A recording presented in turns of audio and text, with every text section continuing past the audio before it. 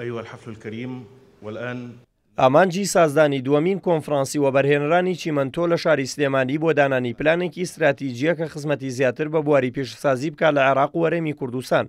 هەروەها دامەزراندنی سندیکایەکی تایبەت بە وەبەرهێنرانی چیمەنتۆ بۆ ئەوەی پلانەکان باشتر بکرێت.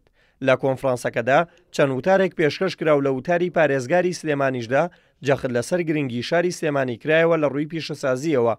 بەپێی ئاماری ساڵی 1991 تەنیا لە ساتە 6 پیشەسازی عێراق لە هەرسێ پارێزگاکەی هەرێمی کوردستان بووە.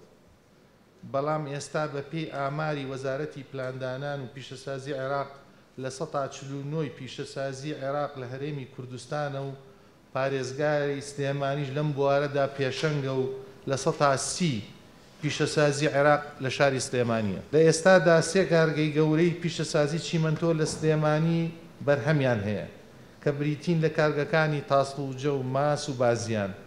بەرهەمی ئەم کارگانە لە ڕۆژێکا نزیکەی 20,000 تەنە و نزیکەی 2,000 کەسیش لەم سێ کارگەیەدا هەلی کاریان بۆ ڕەخساوە. ئێمە لە شاری سلێمانی ناوچەیەکمان بەڕووبەری 3,000 دۆنم زەوی تەرخان کردووە بۆ پیشەسازی قورس.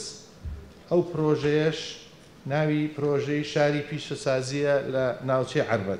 بە وتەی بازرگانان و شارەزایانیش سازانی ئەو کۆنفرانسا گرنگی زۆری بۆ ژێرخانی پیشەسازی هەرێم هەیە بە تایبەت شاری سلێمانی. بێگومان سلێمانی لەبەر ئەوەی مەوادی تەواوی زۆربەی ئەم پیشەسازیانەی تایە کە بریتیە لە ئاسن، بریتیە لە چیمەنتۆ، بریتیە لە بەردی مەرمەر، ئەمانە وەشتی کە هەمووی پیشەسازیەکانی کە هێشتا بەرهەم نێنراوە هەمووی لە سلێمانیا هەیە. سلێمانی پێویستە بکرێ بە پایتەختی پیشەسازی پێوێ بڵێ پایتەختی ڕۆشنبیریە. لەلایەن هەر شەش وەبەرهێنەرەکانی بواری چیمەنتۆ لە کەرتی تایبەت و لە کەرتی گشتی ئامادەکراوە. ئەنگاوێکی پێویستە لە شارێکی وەکو سلێمانی شاکرێت کە زەمینە ڕەخساوە بۆ ئەوەی بتوانین هەموو ئەو کەسانی پەیوەندیدارن بێن لێرە پرزنتیشنەکانی خۆیان بکەن. مەبەستی سەرەکی لەم کۆنفرانسە کە کۆنفرانسی دووهەمە دەگیرێت داڕشتنی پلانێکی استراتیجی نیشتیمانیە بۆ سەر تاسەری عێراق.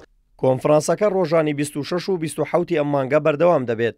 لە کۆتاییشدا بنەمایەکی سەرەکی بۆ کارکردنی وەبەرهێنرانی چیمەنتۆ دیاری دەکرێت بە ئامانجی ئەوەی وەبەرهێنران بتوانن ئاستی بەرەمێنانیان زیاتر بکەن.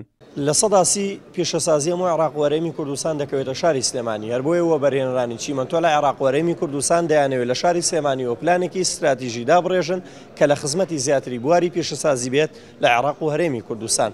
دلێر کەمال کورد، ساد نیوز، سلێمانی.